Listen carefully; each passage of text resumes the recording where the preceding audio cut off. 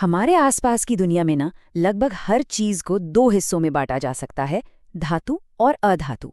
पर सवाल ये है कि सोना इतना चमकीला और कोयला इतना फीका क्यों होता है। चलिए आज हम इन्हीं बुनियादी फर्कों को समझते हैं। तो शुरुआत एक बहुत ही आसान से सवाल से करते हैं। जरा सोचिए, एक लोहे की कील और एक कोयले का टुकड़ा। हाँ, दिखने में और छूने में तो वो एकदम अलग हैं, है ना?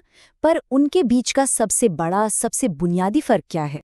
तो इसका जवाब सिर्फ इस बात में नहीं है कि वो दिखते कैसे हैं, बल्कि इस बात में है कि वो असल में हैं क्या। देखिए, एक है धातु और दूसरा है अधातु, और बस यहीं से उनके बीच के सारे फर्क शुरू हो जाते हैं। तो चलिए सबसे पहले उनके भौतिक गुणों पर नजर डालते हैं। मतलब वो गुण जिन्हें हम अपनी आंखों से देख सकते हैं और महसूस कर सकते हैं। अच्छा, जब भी हम किसी चीज को देखते हैं तो सबसे पहली चीज क्या नोटिस करते हैं? उसकी चमक, है ना?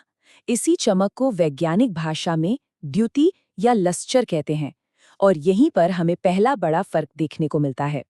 ये फर्क तो एकदम साफ है। धातुएं जैसे सोना या चांदी प्रकाश को परावर्तित करती हैं और इसीलिए वे इतनी चमकीली दिखती हैं।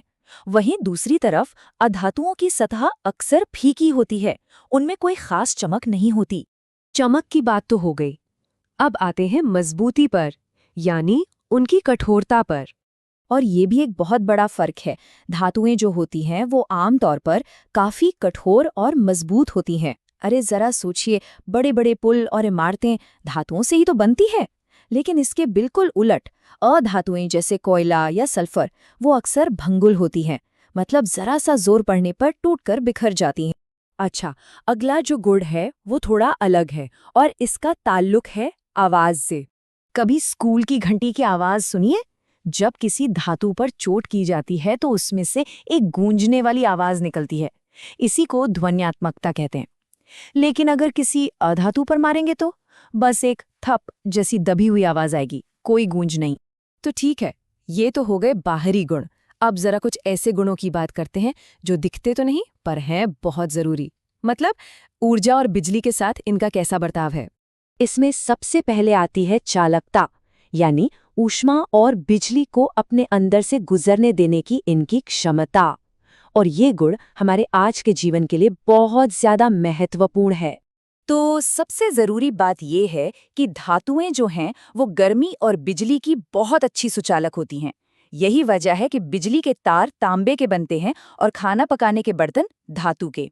दूसरी तरफ अधातुएं कुचालक होती हैं, मतलब वो गर्मी और बिजली के बहाव को रोक देती।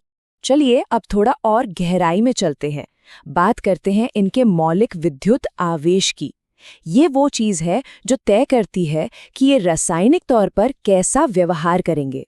धातुएं आमतौर पर विद्युत धनावेशित होती हैं।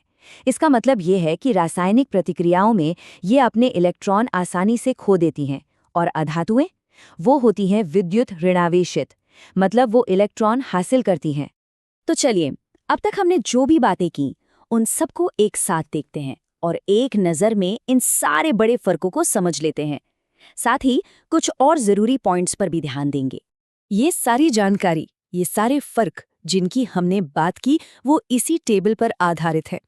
ये एक तरह से हमारे लिए एक गाइड है जो सारी मुख्य बातों को एक ही जगह पर समेट देती है। तो जरा इस टेबल पर नजर डालिए। पहली बात, अवस्था। सामान्य तापमान पर धातुएं लगभग हमेशा ठोस होती हैं। हाँ, पारा एक अपवाद है। पर अधातुएं वो ठोस या गैस दोनों अवस्थाओं में मिल सकती हैं। फिर देखिए गलनांक और क्वथनांक। धातुओं के लिए ये बहुत ज्यादा होता है, जबकि अधातुओं के लिए काफी कम। और आखिर में कुछ जाने पहचाने उदाहरण, धातुओं में लोहा और तांबा और अधातुओं में ऑक्सीजन और सल्फर। तो अब ये तो साफ हो गया कि धातु और अधातु एक दूसरे से कितने अलग हैं, है ना? पर ये हमें एक बहुत ही मजेदार सवाल पर लाकर छोड़ देता है। अगर ये दोनों इतने अलग हैं तो हमारे चारों तरफ इतनी तरह तरह की चीजें आखिर बनी कैसे हैं? खैर, इसका जवाब छिपा है यौगिकों और मिश्र धातुओं की दुनिया में। पर वो एक अलग कहानी है, किसी और दिन के लिए।